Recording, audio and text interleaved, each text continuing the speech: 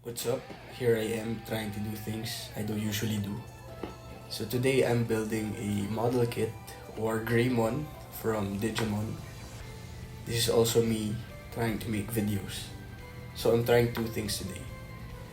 So dito pinapakita ko lang yung parts na nabuo na.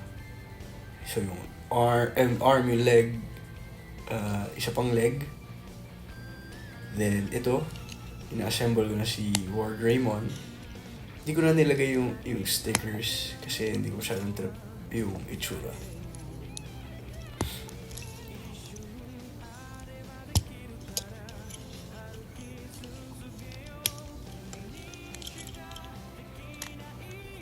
I'll post more things na itatry ko. Yun lang. Try lang ng try.